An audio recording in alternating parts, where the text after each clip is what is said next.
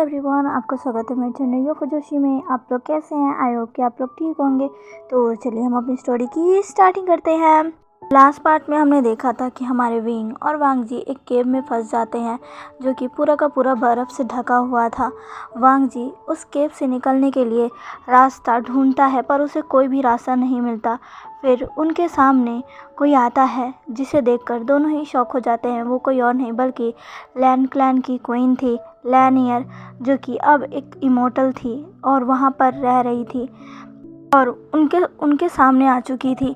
उसको देखकर विंग और वांग जी पहले तो शॉक हो जाते हैं, फिर उन्हें बो करते हैं और उसके बाद लैनियर उन्हें कुछ बातें बताने लगती है। लैनियर अपनी जगह जाकर उस वीणा के पास बैठती है, उसे बजाने लगती है। विंग और वांग जी भी अब लैनियर के पास आ जाते हैं। लैनियर उस वीणा को बजाते हुए कहती हैं, ये वीणा कोई ऐसी वैसी वीणा नहीं है, ये मेरी शक्तियों से बनी है। ये मेरी शक्तियों से बनी वीणा है जिसमें मैंने अपनी पूरी शक्तियाँ डाल दी है।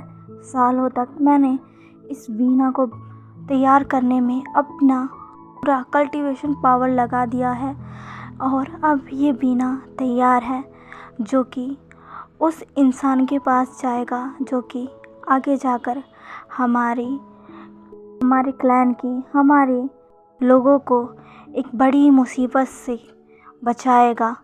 लेकिन उसके पहले ये उस इंसान के पास जाएगा जो कि उस योद्धा तक इसे पहुंचाने का काम करेगा।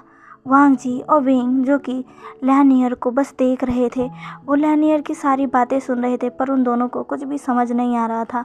लैनियर जो कि विंग और वांग जी की तरफ देखती है। विंग और वांग जी अभी भी लैनियर को कंफ्यूज भरी नज़रों के साथ देख रहे थे।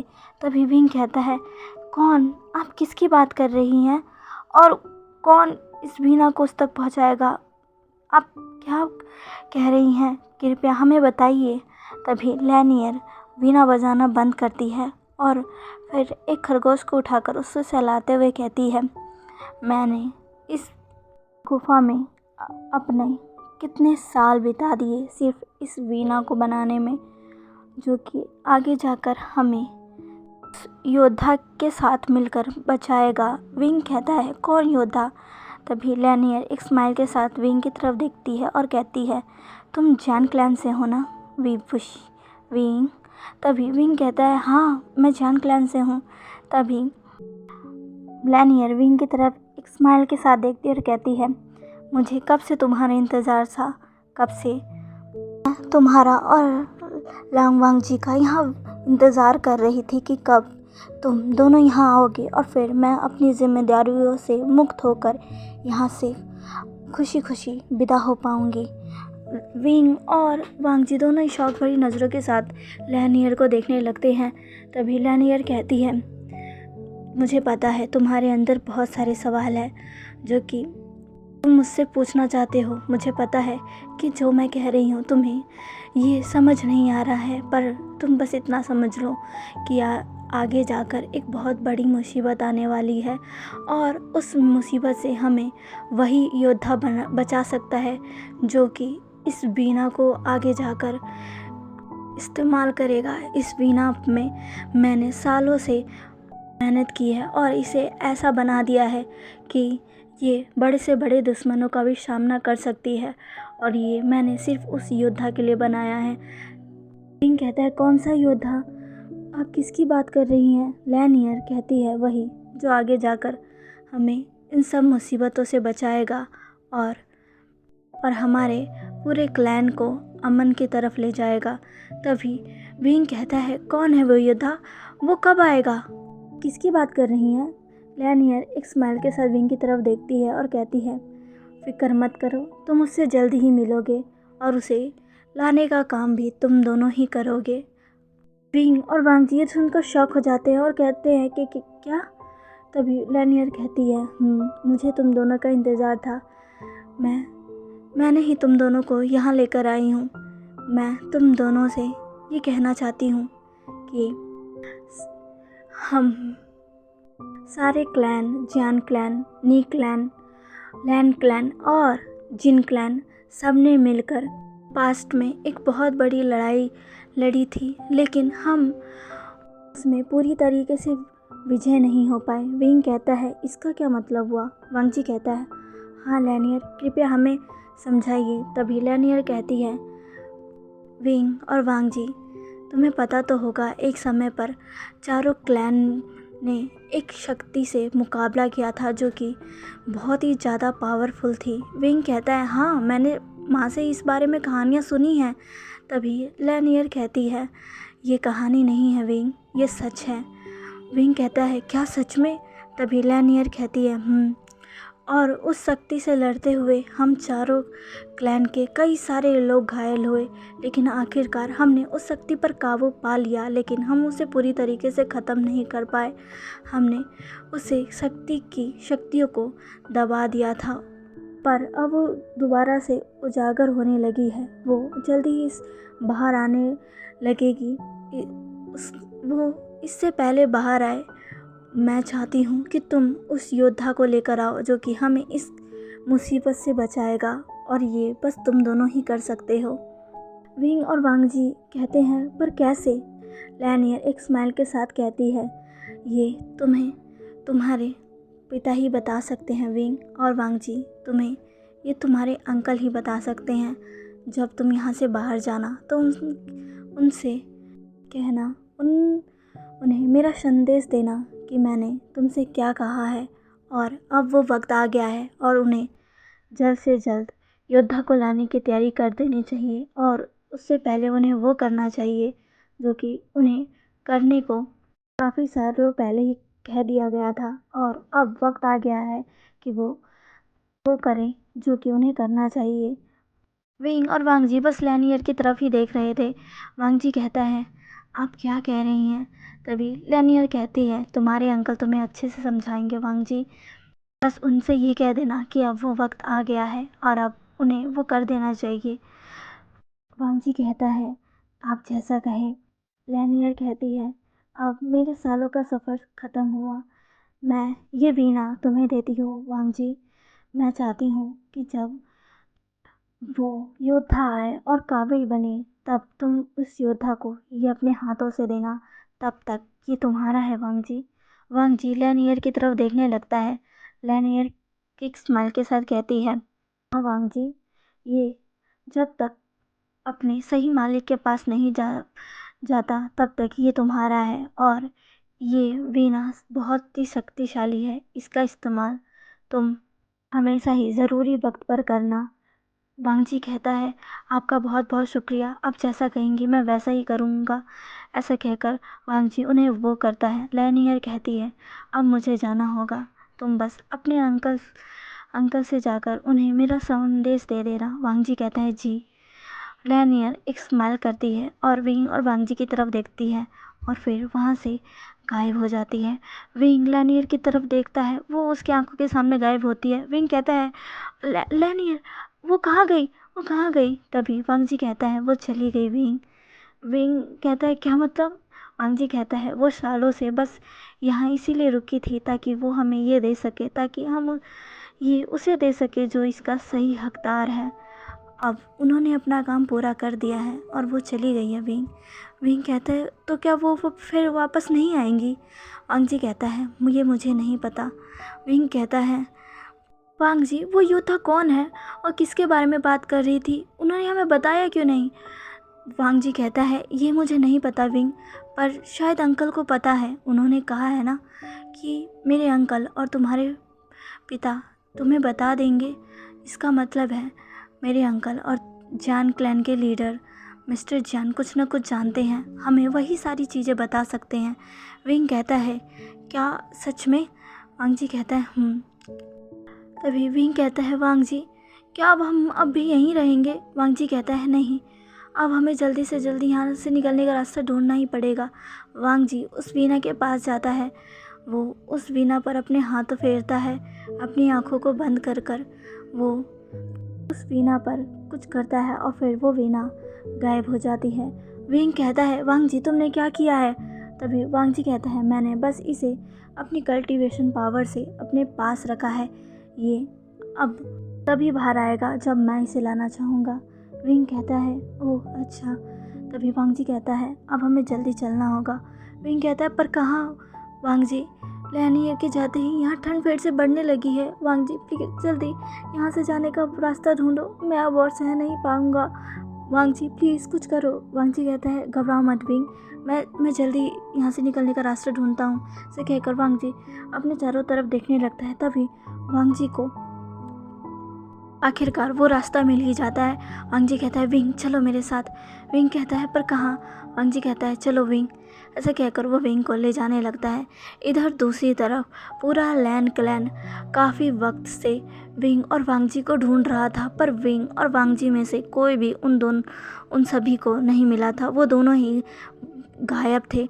तो यानली जो कि विंग के फिक्र में बैठी हुई थी, उसकी आंखों में आंसू थे। यानली कहती है विंग आखिर तुम कहाँ हो विंग। वांग जी जो कि गायब था और उसके लिए सिचैन गा भी बहुत ही ज़्यादा परेशान थे। सिचैन गा भी कह रहे थे वांग जी आखिर तुम कहाँ चले गए मेरे भाई। दोनों ही काफ़ी समय से गायब थे।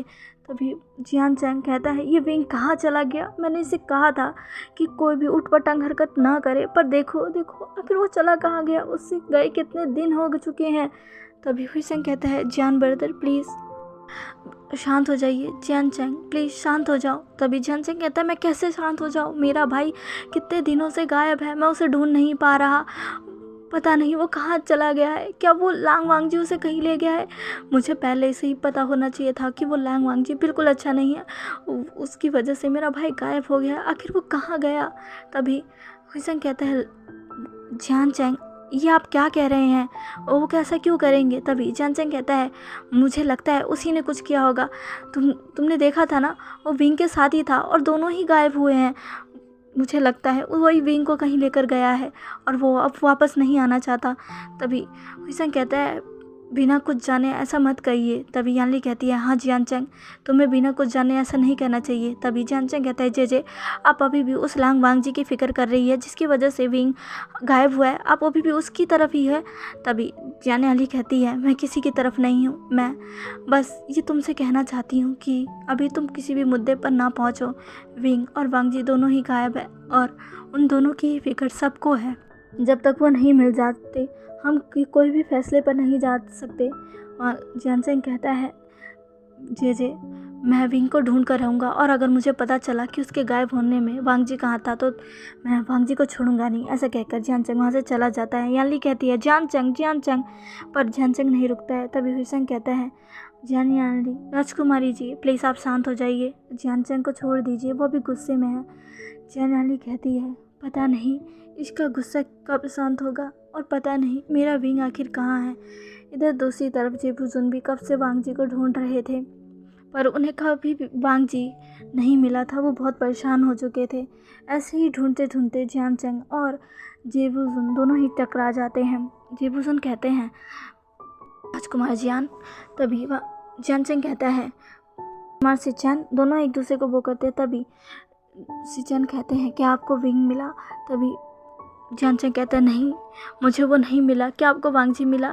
तभी सिचैन का कहते हैं नहीं। तभी जियान चैंग कहता है उन दोनों को गायब हुए 1 महीना हो चुका है, 1 महीने में वो पता नहीं उन दोनों के साथ क्या हुआ होगा, वो 1 महीने से नहीं मिले हैं, मुझे भी इनकी बहुत फिक्र हो रही है। तभी जेबुजुन कहते हैं मुझे भी वांग जी की बहुत फिक्र हो रही है, पता नहीं वो कहाँ चला गया है। तभी उन दोनों को किन्हीं की आवाज़ आती है जो कि कह रहा था वांग जी ये तुम क्या कर रहे हो। तभी वांग जी कहता है क्या हुआ विंग, क्या तुम ठीक हो, मुझे माफ़ करना। विंग कहता है ओह वांग जी मेरे पैर में चोट लगी है, मैं नहीं चल पाऊँगा। वांग जी कहता है विंग क्या तुम ठीक हो। विंग कहता है नहीं, तुम्हें याद है ना मैं कितनी ज़ोर से गिरा था, मुझे इस वजह से पैर में पेन हो रहा है वांग जी, मैं नहीं चल सकता वांग जी, मैं अब और आगे नहीं चल सकता। वांग जी कहता है ठीक है विंग। ये आवाज़ सुनकर जियान चैंग जेबुजुन दोनों ही जो दौड़े जाते हैं। जैसे ही वो दौड़ कर जाते हैं वो देखते हैं कि विंग और वांग जी वहाँ उनके सामने ही हैं, जो कि अभी एक दूसरे से बातें कर रहे हैं। विंग जो कि फर्श पर ज़मीन पर बैठ गया था और वांग जी से कह रहा था नहीं वांग जी अब मैं और नहीं जा पाऊँगा, लंजा प्लीज़ मेरी बात सुनो ना, मैं नहीं जा पाऊँगा, लंजा प्लीज़। वांग जी कहता है विंग ठीक है। तभी जियान चैंग और जेबूजुन दोनों ही विंग और वांग जी के पास आ जाते हैं। फिर उन दोनों को देखकर जियान चैंग और जेबूजुन दोनों ही शॉक थे। वो दोनों ही तुरंत ही उन दोनों के पास आते हुए कहते हैं, विंग वांग जी। विंग और वांग जी दोनों ही अब सिचेन का और जियान चैंग की तरफ देखते हैं। विंग कहता है जियान चैंग, तभी वांग जी कहता है गगा। तभी जेबूजुन जल्दी जाकर वांग जी को हक कर लेते हैं। जियान चैंग भी जल्दी से विंग को हक कर लेता है। विंग कहता है जियान चैंग, ये तुम्हें क्या हुआ है? तभी वांग जी कहता है गगा, ये आप क्या कर रहे हैं? तभी जेबूजुन वांग जी से अलग होते हैं और उसका फेस पकड़ते हुए कहते हैं, वांग जी तुम ठीक हो ना? तुम कहाँ चले गए थे? हाँ, आखिर तुम अचानक से गायब कैसे हो सकते हो, और वो भी इतने दिनों के लिए? तुमने हमें बताया क्यों नहीं? आखिर तुम कहाँ थे? तभी जियान चैंग कहता है, तुम विंग, आखिर तुम चले कहाँ गए थे? हाँ, इतने दिनों के लिए कौन कहाँ जाता है? तुमने हमें बताया क्यों नहीं? तुम अचानक से वहाँ से गायब कैसे हो गए? विंग, तुम आखिर 1 महीने से कहाँ पर थे और क्या कर रहे थे? वांग जी और विंग ये सुनकर दोनों ही बहुत ही ज़्यादा शॉक हो जाते हैं। 1 महीना?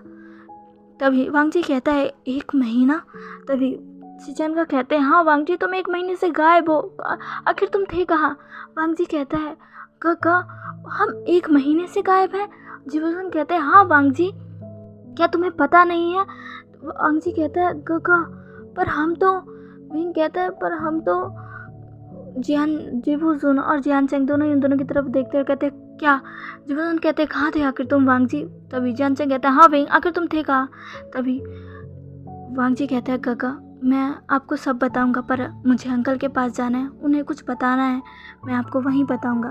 तभी विंग कहता है, हाँ जियान चैंग, हमें मास्टर कुरैन से कुछ बातें करनी है, और तो मैं भी तुम्हें वहीं सारी चीज़ें बताऊंगा। तभी जियान चैंग कहता है, ठीक है चलो। तभी विंग कहता है, नहीं, मैं नहीं चल पाऊंगा। तभी जियान चैंग कहता है, क्या हुआ? विंग कहता है, मेरे पैरों में चोट लगी है जियान चैंग, मैं नहीं चल सकता, मुझे बहुत दर्द हो रहा है। जियान चैंग कहता है, क्या? वो जियान चैंग जल्दी विंग का पैर चेक करता है तो सच में विंग के पैरों में चोट लगी हुई थी। जियान चैंग कहता है, विंग, तुम अपना ख्याल नहीं रख सकते? आगे क्या तुम छोटे एक बच्चे हो जो कि इधर उधर बस गिरते रहते हो और अब खुद को चोट पहुंचाते रहते हो? विंग कहता है, जियान चैंग, अब तुम मुझे डांटो मत, तुम मुझसे छोटे होकर मुझे कैसे डांट सकते हो? तभी जियान चैंग कहता है, मैं बस उम्र में तुमसे छोटा हूँ, पर अकल और दिमाग कल में तुमसे ज़्यादा बड़ा हूँ विंग। तुम्हारी अकल एक छोटे से बच्चे जैसी है, तुम भी ना इधर उधर कुछ भी करते रहते हो और खुद को चोट पहुंचाते रहते हो। विंग, क्या तुम कोई भी चीज़ आराम से और संभल के नहीं कर सकते? विंग कहता है, मुझे डांटो मत जियान चैंग। जियान चैंग कहता है, अगर तुम्हें डांटो ना तो मैं क्या करूँ? विंग कहता है, जियान चैंग। जियान चैंग कहते, क्या? तभी वांग जी कहता है, जियान चैंग प्लीज़ उसे मत डांटो। तभी जियान चैंग कहता है, तुम तो चुप ही रहो वांग जी, तुम हमारे बीच में मत बोलो, इसे तो मैं छोड़ूंगा नहीं। तुम्हें पता भी है विंग, जे कितनी ज़्यादा परेशान है तुम्हारे गायब होने से। जब से तुम गायब हुए हैं वो बहुत परेशान है, उन्होंने ढंग से खाना भी नहीं खाया है, आखिर तुम ऐसे कैसे कर सकते हो? विंग कहता है, क्या जे ठीक तो है ना? जियान चैंग कहता है, हाँ अभी तो ठीक है, लेकिन अगर तुम कुछ और समय गायब रहते तो पता नहीं क्या होता। विंग कहते हैं, जियान चैंग ऐसा मत बोलो।